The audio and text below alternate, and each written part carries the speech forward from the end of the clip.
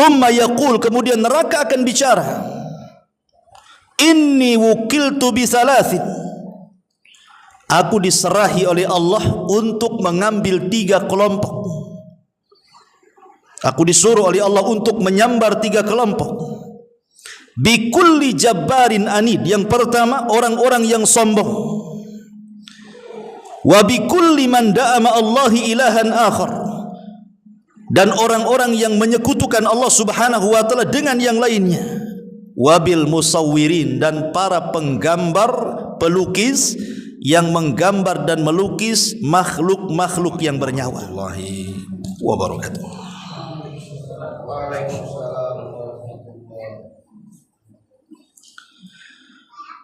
Alhamdulillah, wassalatu wassalamu ala Rasulillah wa ala alihi wa sahbihi wa mawalah, wa la hawla wa la quwata illa billahi wa ba'du. Alhamdulillah, segala puja dan puji hanya milik Allah Subhanahu wa ta'ala. Salawat dan juga salam kita hadiahkan kepada Rasul kita Nabi besar Muhammad sallallahu alaihi wa ala alihi wasallam. Pembahasan di malam hari ini, kalau minggu yang lalu kita membahas tentang kenikmatan surga, maka malam ini sebaliknya kita akan bicara soal kengerian dan juga dahsyatnya neraka.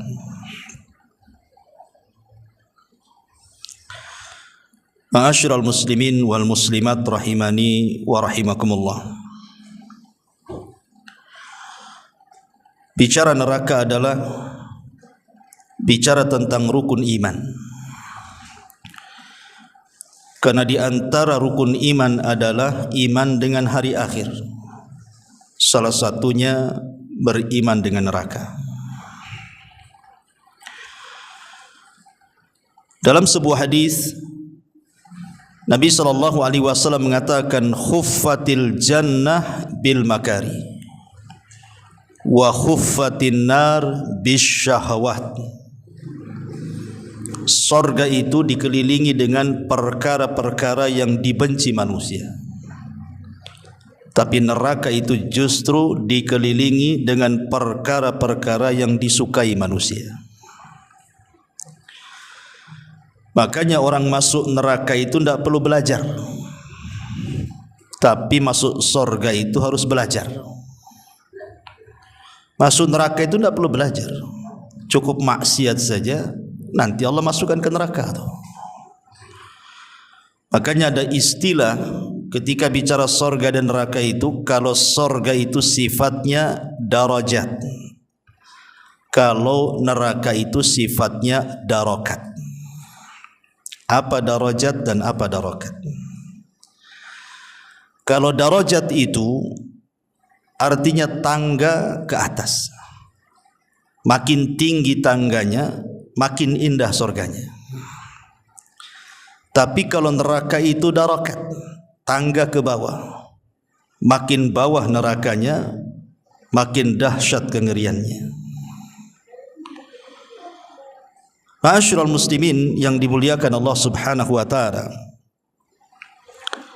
ketika Allah Subhanahu wa taala menciptakan surga dan neraka,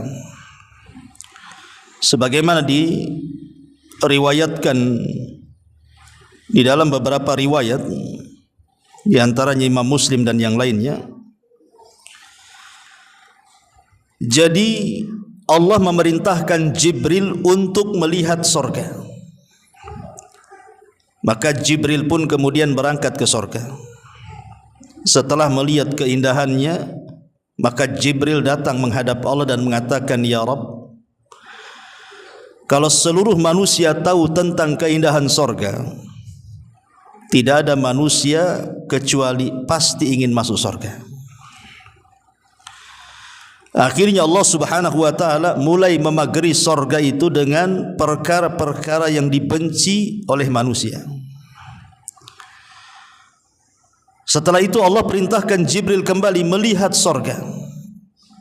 Rupanya sudah dikelilingi dengan perkara-perkara yang dibenci manusia. Kata Jibril, "Ya Rabb, kalau sorga seperti ini, tidak ada orang mau masuk sorga." Kemudian Allah Subhanahu wa ta'ala memerintahkan Jibril untuk melihat neraka. Setelah melihat kengeriannya, Jibril datang menghadap Allah dan mengatakan, "Ya Rabb, kalau neraka seperti itu, tidak ada orang yang mau masuk neraka karena ngerinya." Kemudian Allah Subhanahu wa ta'ala memagari neraka dengan perkara-perkara yang disukai manusia, syahwat. Kemudian Allah katakan, sekarang kau lihat neraka itu." Maka Jibril kembali ke neraka, kemudian menghadap Allah dan mengatakan, "Ya Rabb, kalau neraka dipagari dengan perkara-perkara yang disukai manusia, maka manusia semua akan masuk neraka." Dari sini hadis ini, ma'asyiral muslimin yang dimuliakan Allah Subhanahu wa ta'ala, seolah-olah mengajarkan kepada kita hampir sedikit orang yang selamat dari neraka. Karena neraka sudah dikelilingi oleh Allah dengan perkara-perkara syahwat. Dan sedikit sekali orang masuk sorga, karena sorga sudah dikelilingi dengan perkara-perkara yang tidak disukai manusia. Dan kenyataannya memang demikian. Kita lihat di dunia ini, sudah jelas-jelas bahwa jalan menuju sorga itu diantaranya melaksanakan sholat 5 waktu.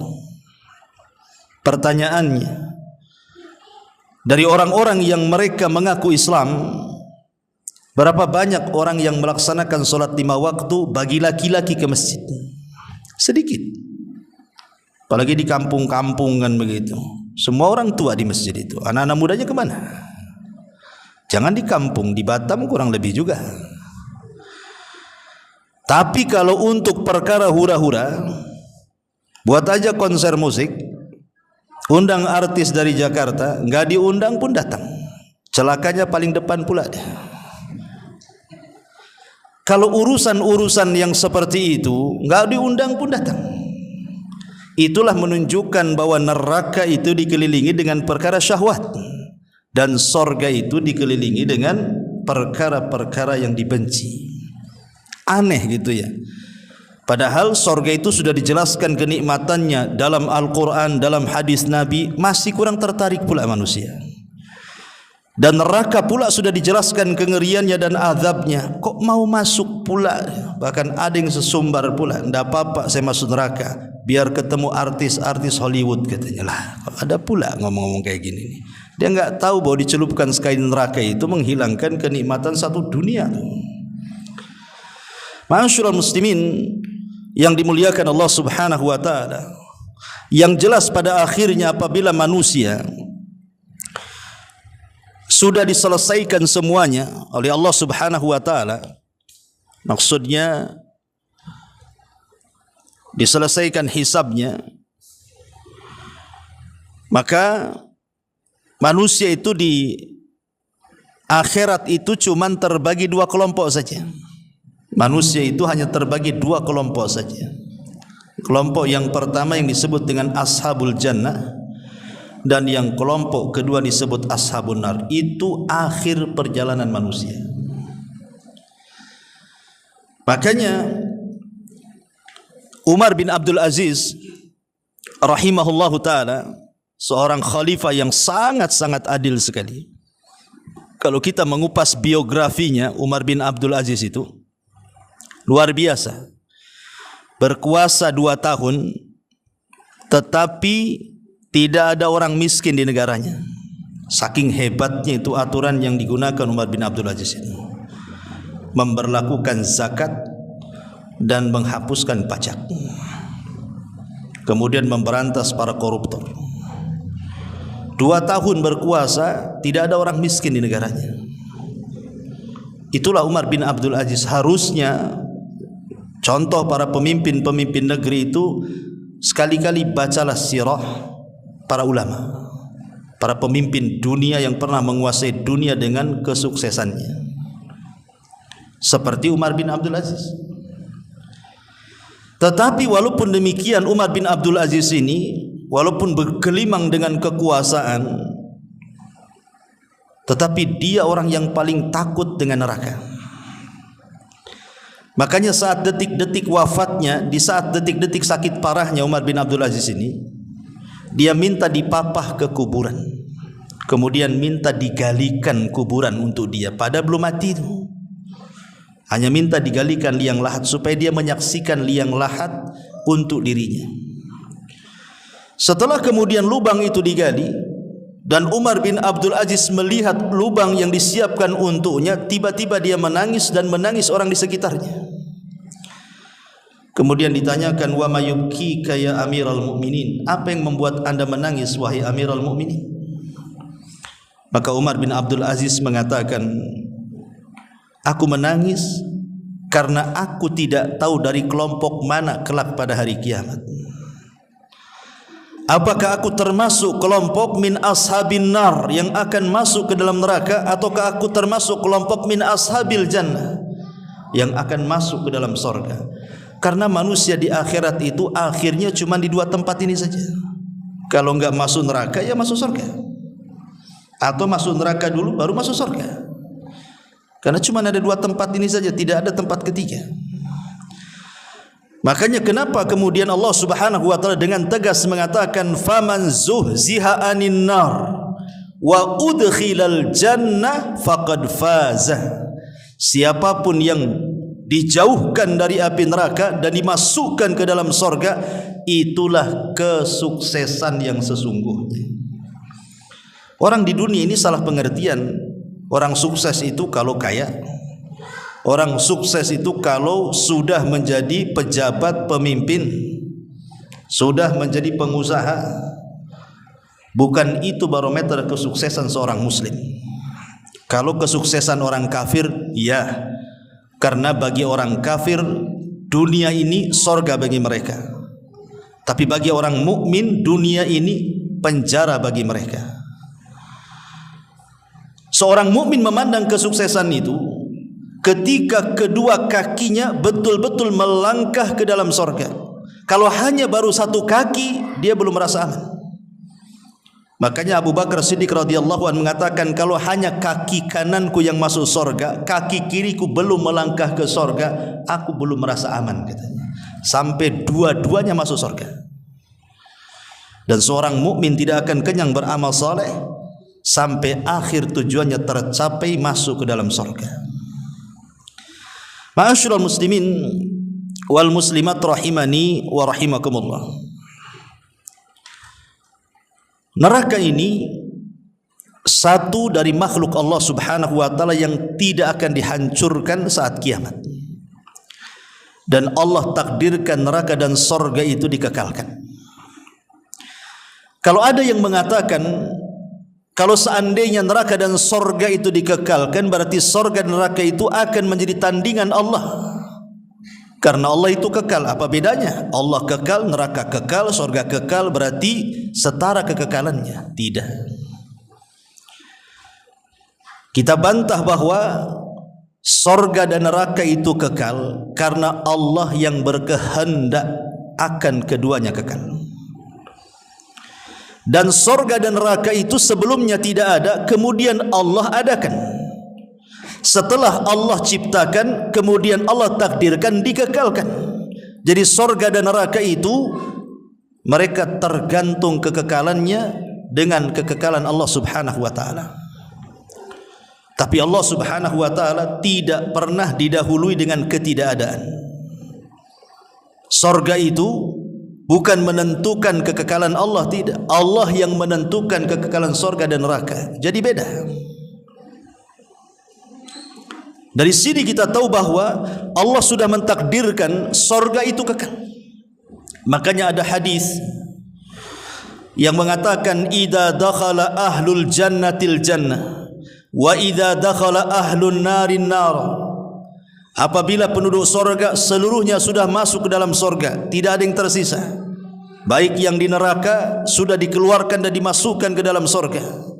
Dan apabila penduduk neraka sudah menghuni neraka, ji'a bil mauti ala suratil kabsi. maka kematian akan didatangkan di antara sorga dan neraka dalam bentuk kambing gibas, kambing wol. Kemudian disembelih di antara sorga dan neraka. Artinya kematian dimatikan oleh Allah Azza wa Jalla. Kalau kematian mati, berarti tidak ada kematian lagi. Dari situ Allah Subhanahu wa taala memerintahkan penyeru untuk datang ke dalam sorga dan neraka dan mengatakan, ya ahlal jannah khuludun la mautalakum. Hei penduduk sorga, kematian sudah mati, kalian akan kekal selamanya. Wa ya ahlan nar khuludun la mautalakum. Begitu juga kalian penduduk neraka akan kekal selamanya dan engkau akan tinggal di situ. Ma'asyiral muslimin yang dimuliakan Allah Subhanahu wa taala. Neraka ini memiliki leher, memiliki kedua mata, memiliki kedua telinga dan memiliki satu lisan yang bicara. Disebutkan dalam hadis Nabi sallallahu alaihi wasallam mengatakan, takhruju unuqun minan nari yaumal qiyamah. Nanti pada hari kiamat leher neraka itu akan keluar. Jadi manusia-manusia yang ada di padang mahsyar itu, mereka akan menyaksikan leher neraka itu keluar mendekat mereka, siap untuk mencaplok satu persatu yang berhak diambilnya. Kemudian kata Nabi sallallahu alaihi wasallam, laha ainani tubsiran. Dan dalam leher neraka itu terdapat dua mata yang akan memandang tajam kepada siapa yang akan diambilnya. Wa udhunani tasma'an, dan memiliki dua telinga yang akan mendengar. Wa lisan yantik, dan memiliki lisan yang akan bicara. Thumma yaqul, kemudian neraka akan bicara, inni wukiltu bisalathin. Aku diserahi oleh Allah untuk mengambil 3 kelompok. Aku disuruh oleh Allah untuk menyambar 3 kelompok. Bikulli jabbarin anid. Yang pertama, orang-orang yang sombong. Wa bikulli man da'ama Allahi ilahan akhar. Dan orang-orang yang menyekutukan Allah Subhanahu wa taala dengan yang lainnya. Wabil musawwirin, dan para penggambar, pelukis yang menggambar dan melukis makhluk-makhluk yang bernyawa. Hati-hati jadi profesi pelukis ini, masuk dalam hadis ini. Kalau melukis pohon kelapa ya tidak apa-apa, melukis gunung, pantai, nggak ada masalah. Tapi kalau yang dilukis itu adalah makhluk yang bernyawa, manusia, binatang, masuk di sini. Nih profesi pelukis, hati-hati. Ya. Walaupun ada sebagian para ulama mengatakan boleh menggambar makhluk yang bernyawa itu asal tanpa kepala. Nah, bolehlah buat gambar kambing, tapi jangan pakai kepala. Kasih aja kepalanya kelapa gitu kan. Tapi nggak cantik juga kan itu.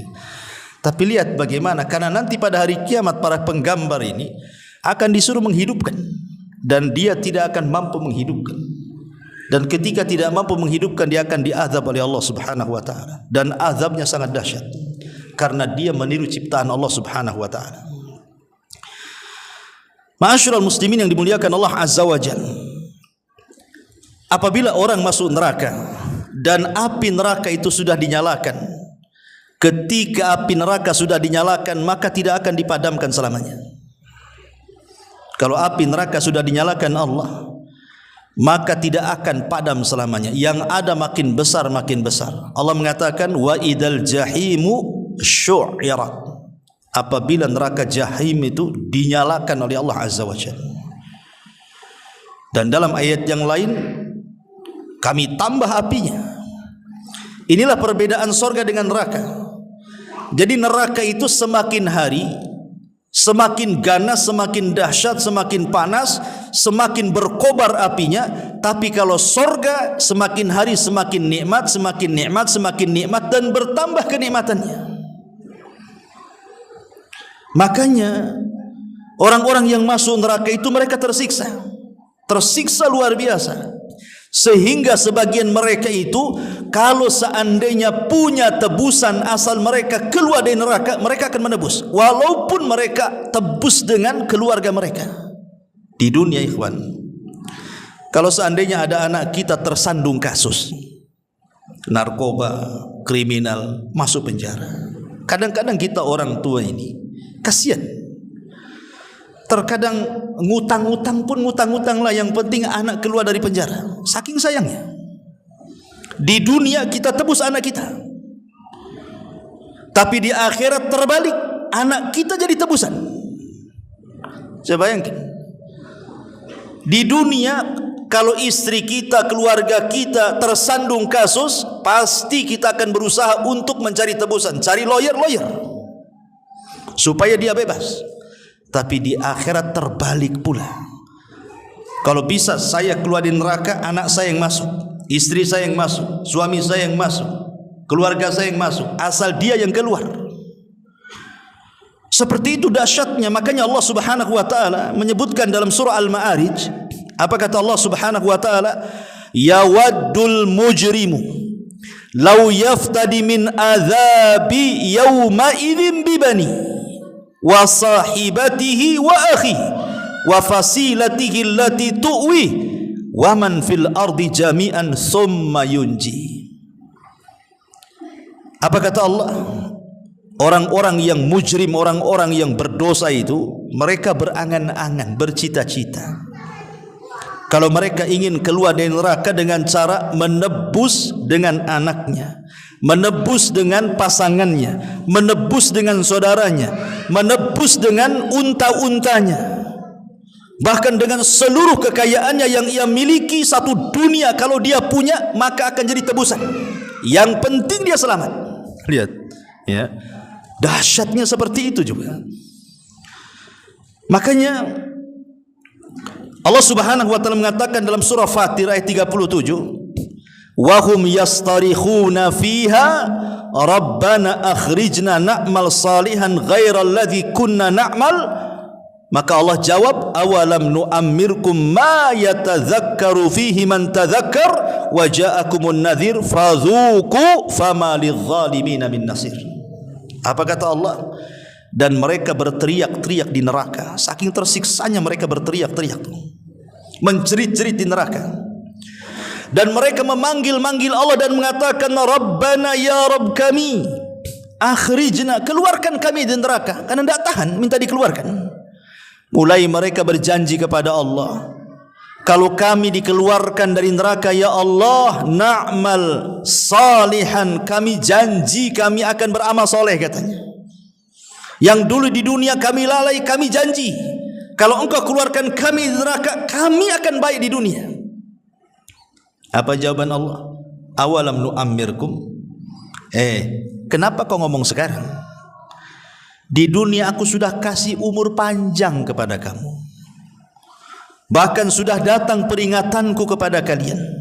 Wa ja'akumun nadhir. Kemana saja di dunia seolah-olah ingin mengatakan, loh dulu aku kasih umur panjang loh kepada kamu. Ada yang mengatakan, ahli tafsir maksudnya awalam nu'ammirkum ini maksudnya diisyaratkan kepada orang-orang yang usianya 60 tahun. Walaupun ada yang mengatakan 40 tahun. Jadi ini ayat ini peringatan kepada anda yang usianya sudah 40 tahun.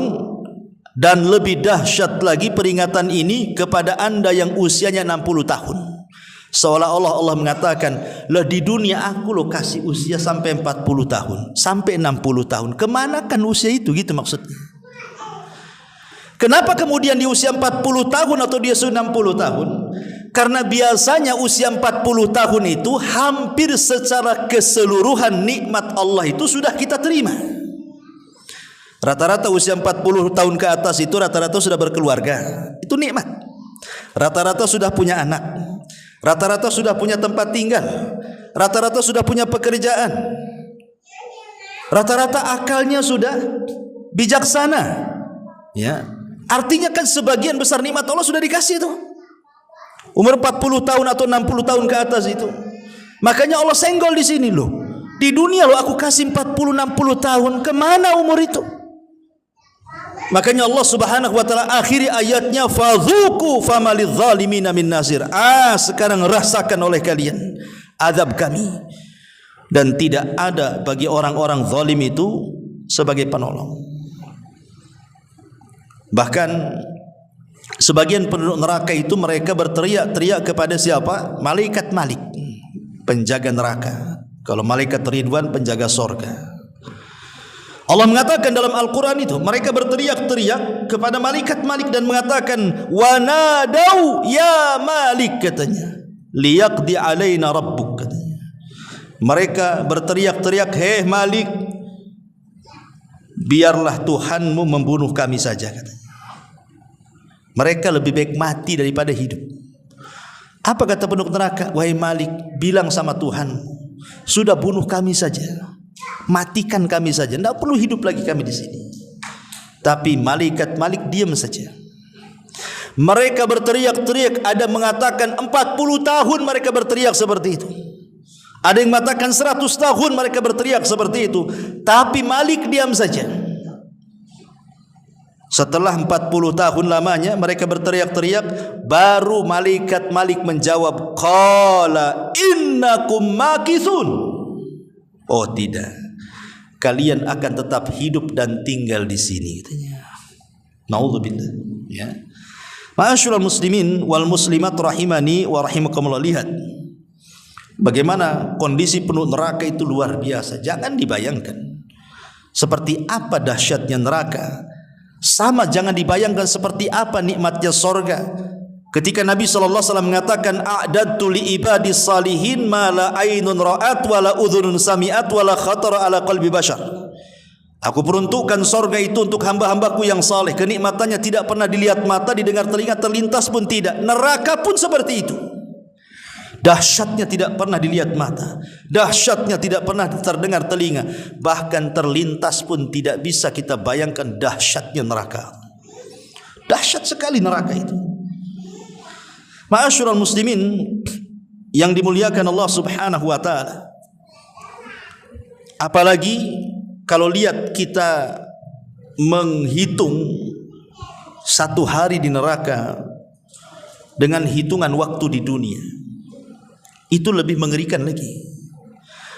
Allah Subhanahu wa taala mengatakan dalam Al-Qur'an, inna yauman inda rabbika ka alfi sanatin mimma ta'uddun. Satu hari kehidupan akhirat bila dibandingkan kehidupan dunia itu sama dengan 1000 tahun. Jadi kalau seandainya Allah takdirkan, na'udzubillah lah, kita berlindung kepada Allah, mudah-mudahan kita tidak masuk neraka. Tapi kalau seseorang Allah takdirkan masuk neraka, kemudian diazab satu hari saja, berarti seolah-olah dia diazab di dunia ini 1000 tahun lamanya. Satu hari diazab di neraka sama dengan 1000 tahun diazab di dunia. Itulah dahsyatnya, ya. Yang demikian ini pun tidak buat takut orang juga. Kalau sudah jelas-jelas kan, kalau orang merenung neraka itu harusnya takut neraka. Baik, kita akan sedikit bicara tentang sifat-sifatnya. Seperti apa sifat-sifat neraka itu, biar kita lebih bisa mendalami seperti apa neraka itu. Pertama, bentuknya dulu. Dijelaskan dalam hadis, Nabi SAW mengatakan, uridat alayyan nar. Satu hari, kata Rasul, ditampakkan kepadaku neraka. Fa aqbala ilayya minha syai'un hatta dana bimakani hadha. Kemudian kata Nabi SAW, tiba-tiba kemudian sesuatu menghampiriku hingga mendekat kepada tempatku. Fa khasyitu an taghsyakum. Aku takut dia akan menutup kalian. Fakultu, dan aku katakan, ya Rabb, wa ana fihim. Ya Rabb, aku ada di tengah-tengah mereka. Fasarafaha ankum. Lalu Allah kemudian menggeser neraka itu dari kalian. Fa adbarat kit'atan ka'annaha az-zarabi. Lalu dia neraka menghilang, tetapi sempat tampak ke hadapanku, kata Rasulullah, seperti tikar yang sangat-sangat luas sekali.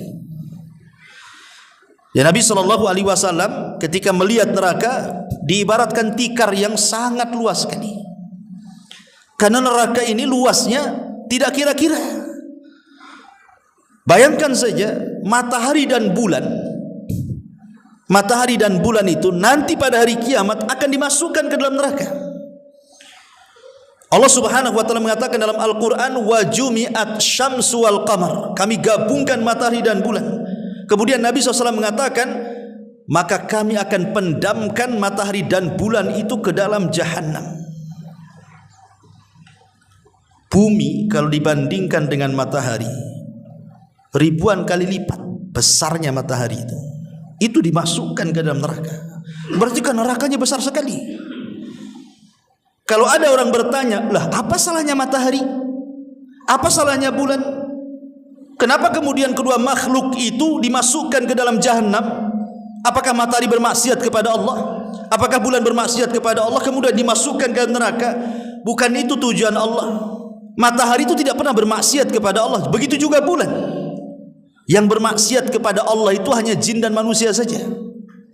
Lalu kenapa keduanya dimasukkan ke dalam jahanam oleh Allah? Allah ingin membantah kepada penduduk neraka. Seolah-olah Allah ingin katakan, hei orang-orang yang di neraka, siapa di antara kalian yang ketika di dunia menyembah matahari dan bulan? Sekarang matahari dan bulan pun bersama kalian di situ. Makanya Allah mengatakan, la ta'budu lisyamsi wala lil qamari wasjudu lillahi alladhi khalaqahunna in kuntum iyyahu ta'budun. La tasjudu lisyamsi wala lil qamar. Jangan sujud kalian kepada matahari ataupun bulan, tapi sujudlah kepada yang menciptakan keduanya. Karena nanti pada hari kiamat makhluk yang kalian sujud itu dimasukkan juga ke dalam neraka. Berarti keduanya bukan Tuhan, kalian salah nyembah. Jadi Allah hanya ingin membantah para penyembah matahari dan bulan. Karena di dunia ini masih banyak orang yang menyembah matahari dan bulan. Sejak zaman Nabi Ibrahim sampai sekarang. Nabi Ibrahim pernah datang kepada anak-anak muda para penyembah bintang, bulan dan matahari dan mengatakan, oh jangan-jangan bintang Tuhan saya, jangan-jangan bulan Tuhan saya, jangan-jangan matahari bulan saya. Namanya makhluk itu kadang muncul kadang tenggelam. Kata Ibrahim, aku gak suka lah Tuhan muncul tenggelam kayak gini, dan aku berlepas dari kesyirikan kalian. Rupanya bukan hanya di zaman Nabi Ibrahim saja para penyembah matahari dan bulan, sampai sekarang ada. Kita lihat kan, ada orang yang kadang-kadang bawa lidi pagi-pagi itu ditengokin ke matahari, gitu ya. Nanti sore pakai lidi lagi. Mereka menyembah ketika terbit matahari dan ketika tenggelamnya. Makanya di situ kata Rasul, jangan sholat. Jangan sholat ketika matahari terbit dan ketika matahari tenggelam, karena disitulah muncul dua tanduk setan. Kalau ingin sholat matahari terbit, biarkan meninggi satu tombak ke atas. Disitulah boleh kita sholat syuruk namanya.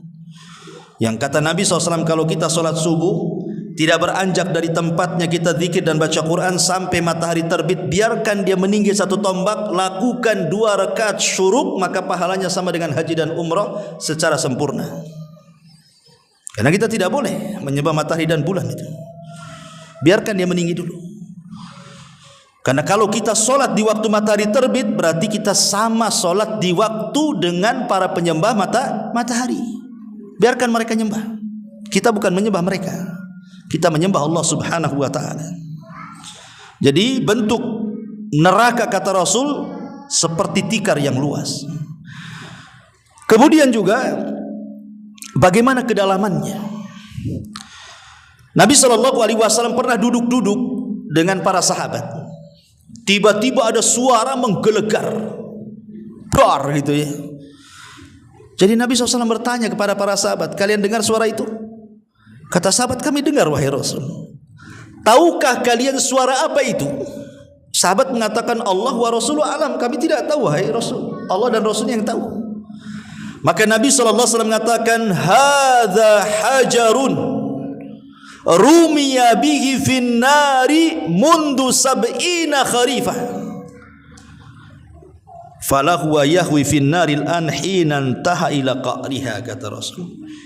Itu batu sebesar unta yang dilempar ke dalam jahanam. Sudah 70 tahun batu itu melayang-layang. Sekarang sudah sampai di dasarnya. Artinya kedalaman neraka itu, kalau kita lempar batu sebesar unta, setelah 70 tahun baru sampai di dasar jahanam itu. Itu kedalamannya itu. Coba bayangkan, kalau kita naik ke gunung saja yang sangat tinggi, jangan ke gunung lah. Pamannya ada hotel yang di Nagoya itu yang tinggi itu. Kita naik ke atas, nengok ke bawah tuh. Kalau orang tak terbiasa ketinggian, udah gemetar tuh, udah darah berhenti semua, udah takut kita.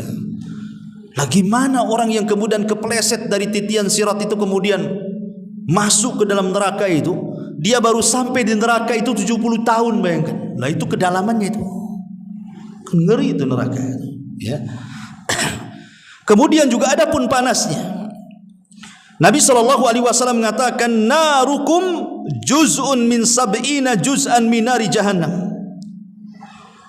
Api kalian di dunia ini itu hanya satu bagian dari panasnya api neraka yang ada dari 70 bagian. Dalam riwayat 100 bagian. Jadi api di dunia itu hanya satu bagian dari 70 bagian. Dalam riwayat 100 bagian. Yang satu bagian saja, lihat, bisa membakar loh. Api di dunia saja yang sekarang kita saksikan, kalau ada kebakaran itu, mendekat aja kita tidak mau. Kadang-kadang mendekat padahal jauh jaraknya. Kalau ada angin itu hembusan panasnya luar biasa tuh. Jadi satu bagian saja yang Allah ambil dari neraka kemudian disimpan di dunia itu, kalau mau bakar dunia itu sudah cukup tuh. Gimana kalau seandainya yang satu bagian digabungkan menjadi 70 bagian atau dalam riwayat 100 bagian, panasnya seperti apa itu? Kan ngeri itu, ya. Makanya kemudian Rasul mengatakan, api kalian itu hanya satu bagian dari 70 bagian api jahanam. Ini panasnya. Kemudian bagaimana naungannya?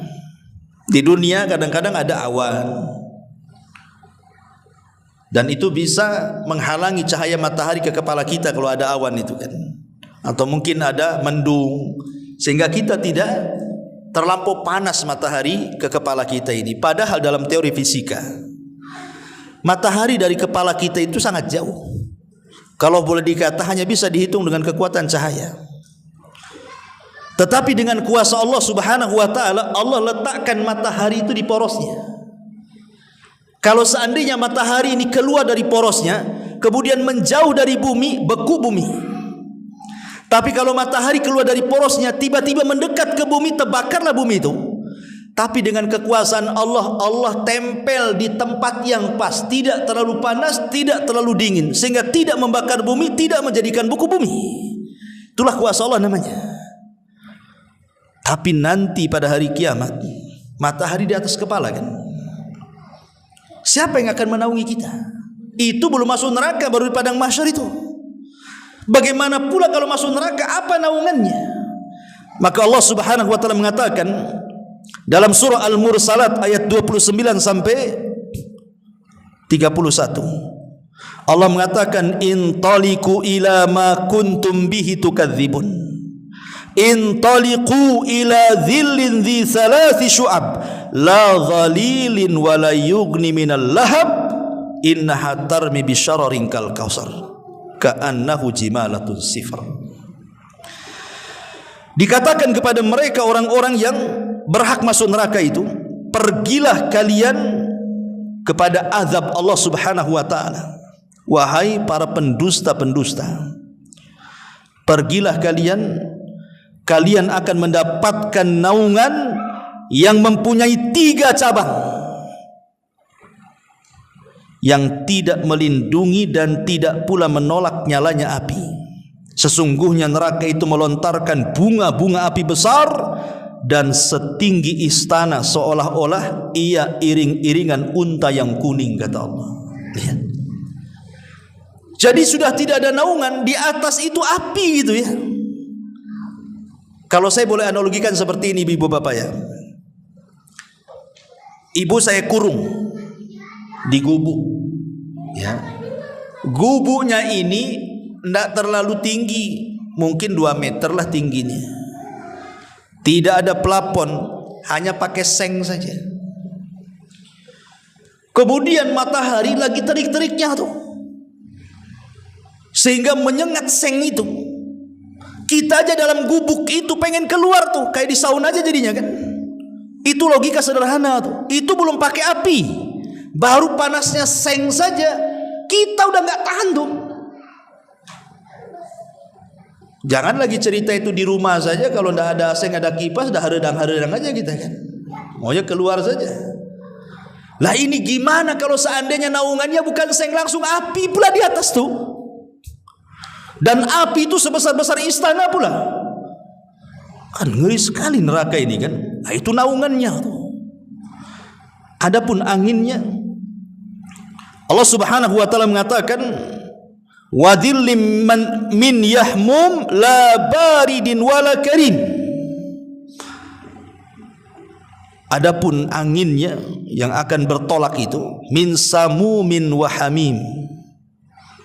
Akan datang angin yang sangat panas dan air panas yang mendidih, dan dalam naungan asap yang hitam, tidak sejuk dan tidak menyenangkan, kata Allah.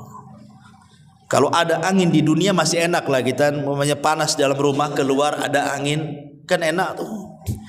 Tapi neraka itu anginnya hawa panas, ibaratnya kita duduk di sini, di situ ada kebakaran, tiba-tiba ada angin, kemudian apinya, panasnya itu menerpa kita. Seperti itulah kondisi neraka. Ya kalau kebakaran sebentar aja bisa padam, loh neraka siapa yang madamkan? Makanya saya katakan dari awal, kalau sudah dinyalakan tidak akan padam, justru nyalanya akan makin besar, makin besar, makin besar. Menakutkan neraka itu. Adapun suaranya seperti apa? Allah mengatakan dalam surah Al-Furqan ayat 12, idza ra'aitahum min makanin ba'id sami'u laha taghayyudan wa zafira. Apabila neraka itu melihat mereka dari tempat yang jauh, maka mereka neraka itu akan menggeram, sehingga penduduk neraka itu mendengar geramannya dan suara nyala apinya. Dalam ayat yang lain, idza ulqu fiha sami'u laha sahiqa wa hiya tafur. Apabila mereka dilemparkan ke dalam neraka, mereka mendengar suara neraka yang sangat mengerikan, sedang neraka itu membara-bara apinya. Kadang kita lagi duduk saja, ibu bapak yang dimuliakan, ada suara geluduk, kalau bahasa Sunda, bahasa apa ya geluduk gitu ya, petir lah kan gitu ya, suara petir besar sekali sampai kaca gemetaran. Kadang-kadang kita aja ketakutan tuh. Baru suara geluduk tuh udah gemetar kita rasanya. Lah ini suara neraka, coba bayangkan. Apa enggak gemetar orang-orang di dalamnya itu? Itulah kengeriannya. Adapun khazanah Tuhan, para penjaganya, Allah Subhanahu wa taala mengatakan alaiha malaikatun ghiladun shidadun la ya'sunallah ma amarahum wa yaf'aluna ma yu'marun. Penjaga-penjaga neraka adalah malaikat-malaikat yang sangat kasar, lagi sangat keras sekali. Kita saja ada tetangga yang kasar itu kita tidak suka. Ada satu tetangga aja kasar mulutnya sama kita, apalagi sampai mencela, mencaci maki, rasanya kita mau pindah dari situ. Hari-hari kita dimaki-maki malaikat, coba yang di neraka itu. Gimana rasanya? Itu bukan hanya siksa badan, sak batin-batin kena tuh. Mental kena ya. Adapun pintu-pintunya, Allah mengatakan laha sab'atu abwabin likulli babin minhum juz'um maksum. Dan neraka itu memiliki 7 pintu. Saya sudah katakan kemarin waktu cerita surga, berapa pintu surga?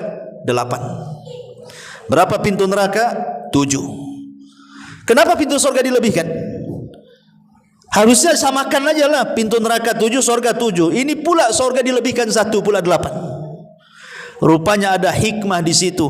Kenapa pintu sorga 8? Kenapa pintu neraka 7? Allah ingin menunjukkan kepada hambanya bahwa rahmat Allah itu lebih luas dibandingkan murkanya. Allah itu lebih luas kasih sayangnya kepada kita dibandingkan kemarahannya. Maunya Allah itu kita masuk sorga semuanya, tapi kita pula yang memilih neraka. Tetapi ingat bahwa orang masuk neraka itu bukan karena kezaliman Allah. Orang masuk neraka itu karena keadilannya. Tapi orang masuk sorga bukan karena keadilan Allah, tapi orang masuk sorga itu karena rahmat Allah. Itulah bedanya. Jadi kalau orang masuk sorga karena rahmat, orang masuk neraka karena keadilan. Apa maksudnya? Dan apa bedanya rahmat dengan keadilan? Orang masuk sorga karena rahmat itu karena kalau seandainya kita mau membeli sorga tidak akan kebeli. Bagaimana caranya untuk membeli sorga? Dengan pahala yang kita kumpulkan dari bayi sampai kita mati nggak akan kebeli. Sorga itu nggak akan kebeli. Bagaimana akan kebeli? Modal kita cuma 60 tahun dapat pahala, kemudian kita masuk sorga selamanya pula dinikmatkan di situ. Kan nggak imbang namanya, nggak banding. Makanya di zaman Bani Israel ada orang yang sok-sok jago karena dia tidak pernah maksiat di dunia. Dia beramal soleh selama 70 tahun. Tidak pernah maksiat memang orang ini. Dia di tempat ibadahnya saja sampai mati. Tiba-tiba dipanggil oleh Allah untuk berdiri di pintu sorga. Kemudian Allah mengatakan, udkhulil jannah bi rahmati, masuk kau ke dalam sorga dengan rahmatku. Kata orang ini mengatakan, oh tidak bisa. Yang masuk sorga karena rahmatmu ya Rabb itu kalau dia maksiat.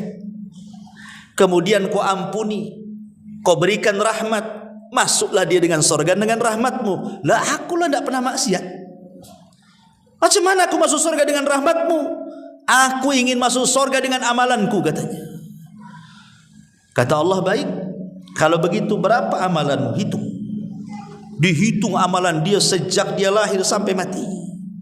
Rupanya pahala yang ia miliki tidak sebanding dengan satu nikmat Allah saja yang Allah berikan kepada dia, berupa penglihatan. Karena dia takut tak masuk sorga, akhirnya dia nyerah. Ya sudah ya Rabb, masukkan aja aku dengan rahmatmu daripada tak masuk, kan gitu. Ya. Tapi kalau orang masuk neraka karena keadilan, Allah tidak zalim. Karena Allah sudah memberikan mata, memberikan telinga, memberikan pikiran, otak, hati. Kemudian Allah kasih 2 jalan di dunia ini. Wahadainahun najdain. Kami kasih jalan, ini loh jalan ke sorga. Dan kami sudah jelaskan begini caranya. Ini jalan ke neraka dan kami sudah jelaskan jangan sampai ke sana. Kita pula milih ke sana. Masa Allah yang disalahkan? Ya salah kamulah, kamu yang memilih neraka. Tetapi Allah itu maha adil. Allah maha adil dengan memasukkan orang ke neraka karena keadilannya. Apa maksudnya adil di sini? Allah tidak mungkin menyiksa manusia kecuali karena dosa yang ia lakukan saja. Dia kau siksa karena kau berbuat dosa. Kalau kamu berbuat baik kau masuk surga, itulah adil namanya.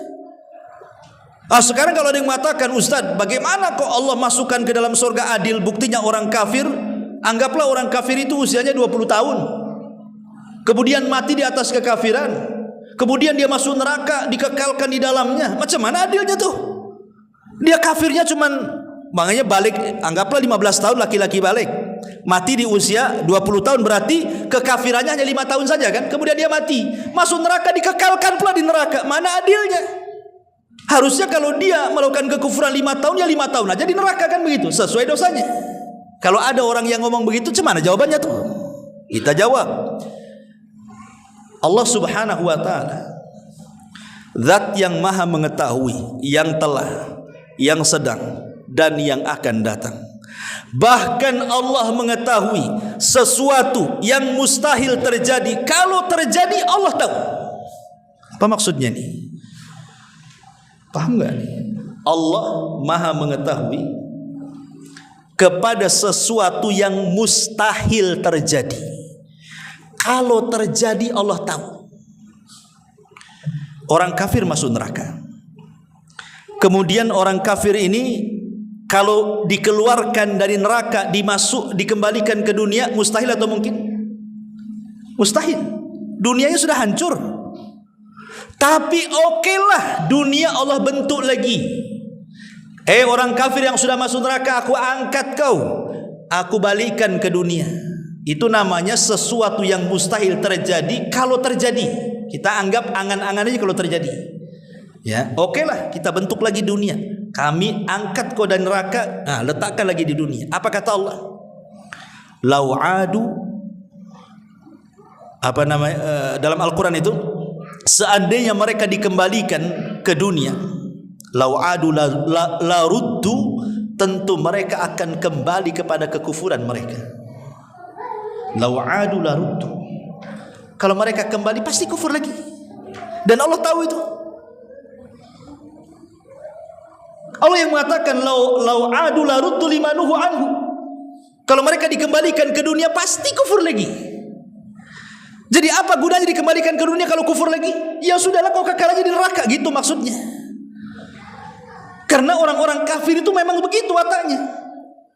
Makanya kenapa kemudian orang-orang kafir dikekalkan neraka? Sebab kalau mereka dikembalikan ke dunia juga pasti kafir lagi. Itu maksudnya. Disinilah keadilan Allah Subhanahu wa taala. Ma'asyiral muslimin yang dimuliakan Allah Subhanahu wa taala. Dan kalau kita lihat, azab di neraka itu juga sama dengan kenikmatan di sorga, bertingkat-tingkat sesuai dengan amalannya. Kalau neraka sesuai dengan maksiatnya. Dan Allah Subhanahu wa taala katakan, jahannam yaslaunaha fabi'sal mihad, yaitu neraka jahanam yang mereka masuk ke dalamnya amat sangat buruklah jahanam itu sebagai tempat kembali. Kemudian Allah Subhanahu wa taala mengatakan, hadza falyadzuquhu hamimun wa ghassaq, inilah azab neraka, biarlah mereka merasakannya. Minum mereka dari air yang sangat panas dan air yang sangat dingin sekali dan bisa mematikan. Wa akharuna min syaklati azwaj, Allah mengatakan wa akharu min syaklihi ajwajun, dan berbagai macam azab yang lainnya yang serupa dengan itu. Maknanya neraka itu bertingkat-tingkat sebagaimana dosa yang kita lakukan di dunia. Makanya ada istilah neraka yang paling bawah itu siapa penghuninya? Orang-orang munafik. Jadi orang munafik itu nerakanya paling bawah sekali. Kenapa orang munafik kok paling bawah? Kenapa enggak orang kafir? Karena orang munafik itu mereka kafir tidak, mukmin tidak. Mereka membohongi orang kafir, membohongi pula orang mukmin. Dibilang kafir dia mukmin, dibilang mukmin dia kafir. Itulah munafik. Mudzabdzabina baina dzalik, tidak ke sini tidak ke sana. Merugikan dua-duanya. Mereka merugikan orang kafir, merugikan orang yang beriman. Kalau orang kafir kan jelas, kafir jelas. Munafik pula tak jelas. Makanya diletakkan di intip neraka paling dalam. Allah mengatakan, innal munafiqina fi darkil asfali minan nar. Orang munafik itu diletakkan di intip neraka yang paling dalam. Maksud munafik di sini maksudnya munafik keyakinan, bukan munafik amal. Apa bedanya munafik keyakinan dengan munafik amal itu? Kalau munafik amal, ngomong suka dusta, berjanji suka khianat, kalau bertengkar ingin menang sendiri, itu namanya munafik amal. Hatinya tetap beriman kan, tapi kalau ngomong suka dusta, itu disebut munafik amal. Ini bukan yang dimaksud ayat tadi. Orang munafik di dasar bukan itu. Tapi yang dimaksud munafik yang akan diletakkan di dasar itu adalah munafik keyakinan. Apa maknanya? Mereka masuk Islam dengan lisannya, keluar dari Islam dengan hatinya. Makanya munafik disebut, munafik itu diambil dari kata nafak. Nafak itu bahasa Arab, bahasa kitanya gorong-gorong. Ya, gorong-gorong itu disebut nafak. Sebab kalau kita kasih air di sini, keluar dari sana. Nah, itulah gorong-gorong. Seolah-olah masuk Islam dari sini, keluar Islam dari sana. Gitulah munafik itu. Makanya disebut munafik karena diambil dari nafak.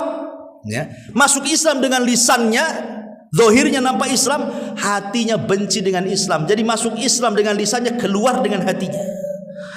Makanya definisi munafik itu menampakkan Islam dan menyembunyikan kekafiran. Mereka lah orang-orang yang disebut dengan orientalis namanya.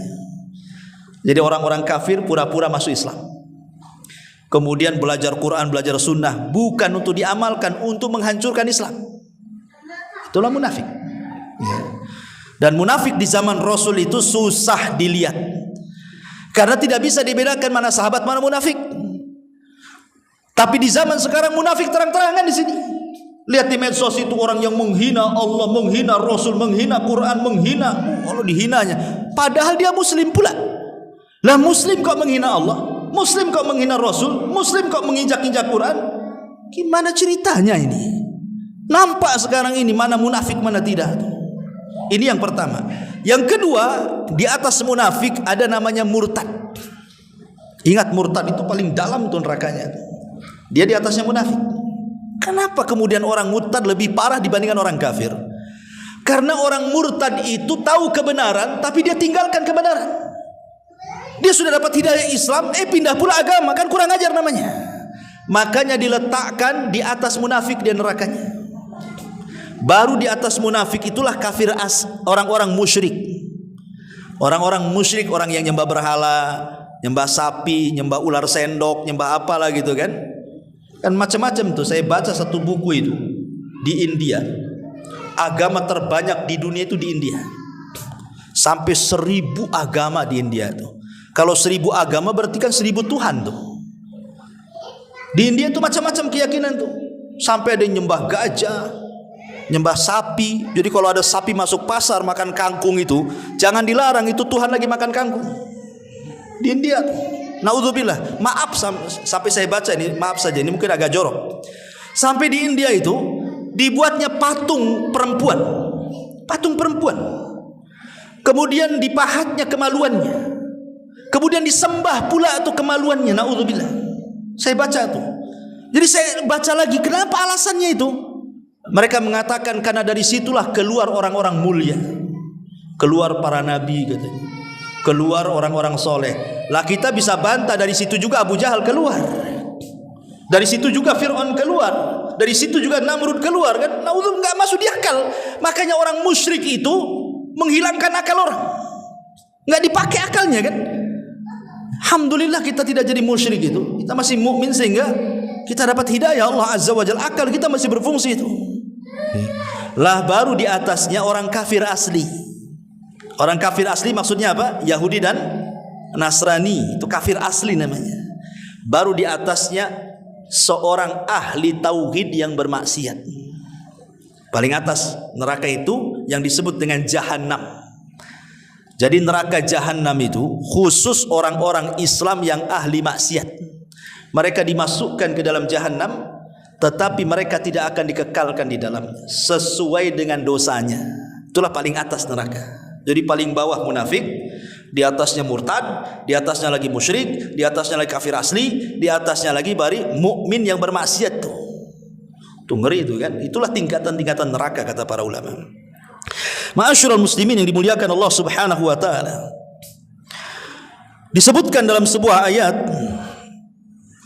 inna a'tadna lidh-dhalimina naran ahata bihim suradikuha wa iyastaghithu yughathu bima'in kalmuhli yashwil wujuh bi'sasy syarab wa sa'at murtafaqa. Sesungguhnya kami telah sediakan bagi orang-orang zalim itu neraka yang gejolaknya mengepung mereka, dan jika mereka meminta minum, niscaya mereka akan diberi minum dengan air seperti besi yang mendidih, yang menghanguskan muka-muka mereka. Itulah minuman yang paling buruk dan tempat istirahat yang paling jelek. Hasan Al-Basri rahimahullahu taala, satu hari dia sedang mengajar seperti ini. Imam Hasan Al-Basri itu seorang ulama tabi'in, generasi kedua setelah para sahabat. Jadi ada murid-muridnya datang membawa air mineral kayak gini lah. Air mineral. Ini Israel apa Palestina? Ini Palestina. Jadi ada murid-muridnya, dia bawa air mineral, air bersih, dan dikatakan silahkan wahai imam, minumlah. Jadi Imam Hasan Al-Basri memandang air itu, tiba-tiba menangis. Jadi muridnya merasa bersalah. Apa salah saya? Saya kan hanya ngasih minuman supaya guru saya minum. Air mineral, air putih. Kenapa pula dia menangis gara-gara melihat air gitu? Jadi ditanyakan kepada Imam Hasan Al-Basri itu, wa mayubkika ya imam, apa yang membuat anda menangis wahai imam? Masa gara-gara mandang air juga menangis katanya. Apa kata Imam Hasan Al-Basri? Dia mengatakan, tadzakartu umniyata ahlin nar. Aku teringat dengan angan-angan dan cita-citanya penduduk neraka. Kemudian ditanya lagi, wa ma umniyatu ahlin nar ya imam, apalah cita-cita angan-angan penduduk neraka itu wahai imam? Maka Hasan Al-Basri membacakan satu ayat, wa nada ashabun nar ashabal jannah an afidu alaina minal ma au mimma razaqakumullah. Ketika penduduk neraka menyeru penduduk sorga, karena masing-masing ada jendela, jadi penduduk sorga bisa melihat penduduk neraka bisa melihat penduduk sorga. Jadi penduduk neraka ini memanggil-manggil penduduk sorga itu, wahai penduduk sorga, afidu alaina minal ma, bisa enggak kau hantarkan untukku, untuk kami, walaupun setetes air yang ada di sorga kepada kami di sini, atau makanan yang Allah rizkikan kepada kalian. Apa jawaban penduduk sorga? Innallaha harramahuma alal kafirin ma'ab. Allah haramkan keduanya bagi orang kafir. Jadi angan-angan penduduk neraka itu cuma dua, pengen dapat air bersih dan pengen dapat makanan yang layak. Karena minuman di neraka itu semua panas, membakar usus. Dan semua makanan di sorga itu pohon zakum. Zakum ini buah berduri yang kalau dimakan itu sampai di sini keselak, kemudian menghancurkan tenggorokan. Itu makanya mereka meminta kepada sorga, kasihlah. Masalahnya mereka itu tidak hidup tidak mati. Jadi mereka meminta, ya wahai penduduk sorga, kasihlah air sedikit itu ataupun mana makanan yang dirizkikan Allah. Tapi penduduk sorga mengatakan, innallaha harramahuma alal kafirin. Oh maaf, Allah haramkan kepada kalian hai orang kafir. Maka selamanya mereka akan makan dari nanah dan darahnya penduduk neraka yang sangat mendidih itu, naudzubillah. Ma'asyiral muslimin wal muslimat rahimani wa rahimakumullah. Adapun bentuk siksaannya dijelaskan dalam surah An-Nisa. Allah mengatakan, kullama nadijat juluduhum badalnahum juludan ghairaha liyadzuqul adzab. Setiap kulit mereka dihanguskan, kami ganti dengan kulit yang baru. Dihanguskan kembali, kami ganti dengan kulit yang baru supaya mereka merasakan azab. Satu hari Nabi SAW pernah bermimpi. Dalam mimpinya diapit dua malaikat, ya, kemudian dibawa ke ketinggian. Rupanya Rasul dibawa ke tempat pengazaban manusia, diperlihatkan azab kubur, ya. Lah salah satu yang dilihat Nabi SAW adalah seorang laki-laki yang diterlentangkan. Kemudian di sampingnya ada malaikat yang berdiri dan memegang batu. Kemudian batu itu dibenturkan di kepalanya sampai hancur. Dia pun menjerit sampai akhirnya kemudian entah mati entah apa, hilang suaranya. Tiba-tiba malaikat ini pergi hendak mengambil batu yang lainnya. Sebelum datang rupanya kepalanya sudah balik lagi. Kemudian dibenturkan lagi, hancur lagi. Kemudian cari batu lagi, kepalanya balik lagi. Naudzubillah, seperti itulah siksaannya.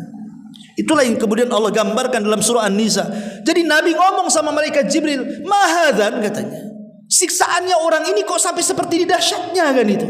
Emang apa dosanya? Kata Nabi SAW, karena orang ini dia berdusta sampai dustanya melambung ke ufuk katanya. Dalam riwayat, karena dia sengaja tidur di waktu datang sholat. Ada dua riwayat. Riwayat yang pertama mengatakan karena dia yakdzibu kadzba hatta balagal ufuk, karena dia suka berdusta sampai melambung ke langit. Yang kedua, nama walam yusolli, sengaja dia tidur untuk meninggalkan sholat. Antara dua ini dosanya. Apa maknanya melambung, dusta melambung ke langit itu? Maksudnya apa? Ibu bapak yang dimuliakan Allah Azza wa Jalla, kalau zaman dulu belum ada handphone, seseorang mau menyebarkan hoax itu lama tersebarnya kan. Pamannya saya mau buat cerita dusta nih supaya orang satu kecamatan tahu. Lama, karena dari mulut ke mulut, dari kuping ke kuping kan. Mungkin tak sebulan 2 bulan baru nyebar kemana-mana. Sekarang cukup bawa handphone, tulis saja berita hoax di situ. Kemudian share. 1 menit aja udah kemana-mana tuh. Semua orang lihat, semua orang baca. Itulah namanya dusta sampai melambung ke ufuk tuh. Hadis ini memang zaman dulu susah untuk ditafsirkan. Apa maksudnya? Kok dusta sampai melambung ke ufuk? Ini gimana maksudnya? Hari ini baru kita tahu apa makna hadis itu. Karena sekarang kalau kita berdusta, tinggal share aja di internet, bukan satu Indonesia, satu dunia tahu. Nah, itulah dosanya. Hati-hati, ini tahun politik masalahnya. Tahun politik ini tahun ngeri-ngeri sedap. Tahun penyebaran dosa jariah. Ya, ingat, sebaiknya hati-hati pegang handphone. Jaga jempol, jangan ngelek. Ngelek jempol ke atas atau jempol ke bawah sama aja. Apalagi copy paste share, hati-hati. Jangan gara-gara kita memilih satu paslon, kemudian ada orang yang mengkritik paslon yang lain, oh kita senang, oh mantap ini nyerang ini, kita sebar juga. Belum tentu yang nulis, yang ngomong itu benar. Yang namanya orang kalau untuk menjatuhkan orang itu biasanya mencari-cari kesalahan. Kadang-kadang yang tidak salah pun disalah-salahkan. Kita pula mengikuti alur. Mantap nih katanya. Nggak boleh kayak gitu. Kita ini akan dipertanggungjawabkan di hadapan Allah. Yauma nakhtimu ala afwahihim wa tukallimuna aydihim wa tashhadu arjuluhum bima kanu ya'malun. Nanti mulut kita dikunci oleh Allah. Yang ngomong apa? Tangan. Berarti tangan itu ngomongnya nulis tuh. Nulis. Kalau ngomong mulut kan suara. Kalau tangannya nulis. Nanti akan ngomong tuh tangan di hadapan Allah tuh. Nulis apa kok di dunia tuh? Nyebar apa kok di situ? Nyebar hoax atau benar di situ? Nyebar gibah atau namimah? Itu akan ditanya semuanya. Hati-hati tahun politik ini. Banyak istighfar tahun-tahun politik ini. Kita berdoa sajalah kepada Allah, mudah-mudahan kita dapat pemimpin yang bagus. Gitu saja. Ya. Kalaupun kita harus menyebar, memilih pemimpin, kita lihat mana yang menguntungkan agama kita, pilih tanpa harus menyebar hoax. Karena kekuasaan itu milik Allah. Kalau memang sudah dicatat di Lauhil Mahfuz si fulan jadi pemimpin, mau dikeroyok satu dunia saja menjelek-jelekan dia. Kalau memang takdirnya jadi pemimpin, jadi pemimpin. Kenapa heboh? Kepemimpinan itu milik Allah. Allah suka-suka meletakkan, Allah suka-suka mencabut. Serahkan kepada Allah Azza wa Jalla sambil berdoa dapat pemimpin yang bagus. Ma'asyiral muslimin wal muslimat rahimani wa rahimakumullah. Bahkan bukan hanya itu saja, bukan hanya penyiksaan fisik, bahkan penyiksaan batin luar biasa penuh neraka itu. Disebutkan di dalam Al-Qur'anul Karim, wa anzir yaumal hasrata idz qudiyal amru. Dan berilah mereka peringatan tentang hari penyesalan, yaitu ketika perkara telah diputuskan oleh Allah Azza wa Jalla. Jadi orang yang masuk neraka itu mereka sedih, nyesel. Dan sedihnya itu terus tidak berhenti. Kalau di dunia ikhwan, kita sedih itu ada waktunya. Mungkin sehari 2 hari sedih, nanti 3 harinya tawa, kan itu ya. Di dunia itu tidak ada yang kekal. Gak mungkin sedih terus seumur hidup, gak mungkin tertawa terus seumur hidup. Kalau tertawa seumur hidup orang gila tuh namanya ya. Pasti ada waktunya. Tapi orang masuk neraka itu sedihnya terus sampai kapan tuh ya? Gak berhenti-berhenti sedihnya. Dan itu siksaan batin namanya. Siksaan batin lebih sakit kan dibandingkan siksaan fisik gitu.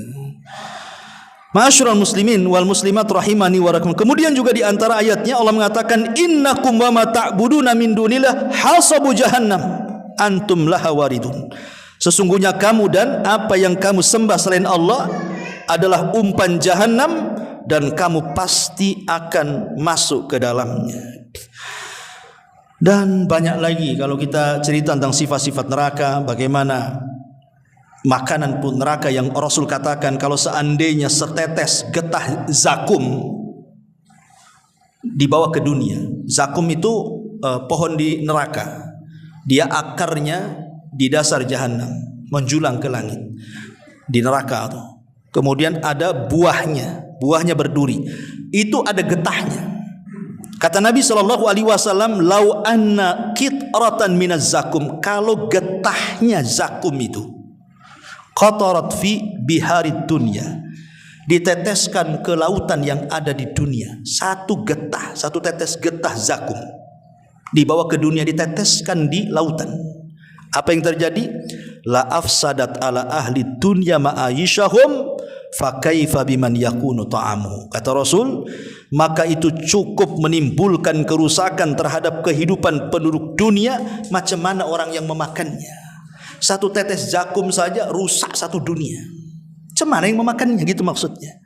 Kan ngeri itu ya, baru getahnya, gimana buahnya. Dari sini udah nggak kebayang siksaan neraka. Ya, mudah-mudahan kita berdoa kepada Allah Subhanahu wa taala, Allah lindungi kita dari azab neraka. Makanya jangan bosan-bosan dalam solat kita sebelum salam meminta kepada Allah dari 4 perlindungan. Allahumma inni a'udzubika min adzabi jahannam wa min adzabil qabri wa min fitnatil mahya wal mamat wa min syarri fitnatil masihi dajjal. Sebelum salam kita meminta kepada Allah 4 perlindungan. Salah satunya dari azab jahannam. Karena orang kalau sudah masuk jahannam, jangan berangan-angan ingin masuk neraka. Orang bodoh berangan-angan ingin masuk neraka itu. Harusnya kita berangan-angan masuk surga. Kata Rasul, idza sa'altumullaha fas'alul firdaus. Kalau engkau minta surga, jangan minta yang lainnya. Karena itulah kebahagiaan yang hakiki. Sempat saja kita masuk neraka walaupun 1 hari, kita diadab 1000 tahun di dunia. Rasanya seperti apa? Kita masuk penjara saja nggak diapa-apain, cuma dikurung saja dah bosan. Tersiksa kita di situ. Cemana kalau sampai disiksa? Itu mungkin menyakitkan bagi kita. Nah, kita berdoa kepada Allah Subhanahu wa taala, Allahumma inni a'udzubika minan nar. Allahumma inni a'udzubika minan nar. Allahumma inni a'udzubika minan nar. Allahumma nas'alukal jannah wa ma qarraba ilaiha min qawli wa amal wa na'udzubika min sakhatika wan nar wa na'udzubika min sakhatika wan nar. Rabbana la tuzigh qulubana ba'da idh hadaitana wa hab lana min ladunka rahmatan innaka antal wahhab. Rabbana atina fid dunya hasanah wa fil akhirati hasanah wa qina adzabannar. Allahumma nas'alukal huda wat tuqa wal afaf wal ghina. Allahumma rabbana hab lana min azwajina wa dhurriyyatina qurrata ayun waj'alna lil muttaqina imama waj'alna lil muttaqina imama. Subhanakallahumma bihamdika asyhadu an la ilaha illa anta astaghfiruka wa atubu ilaik. Allahu ta'ala. Assalamualaikum warahmatullahi wabarakatuh.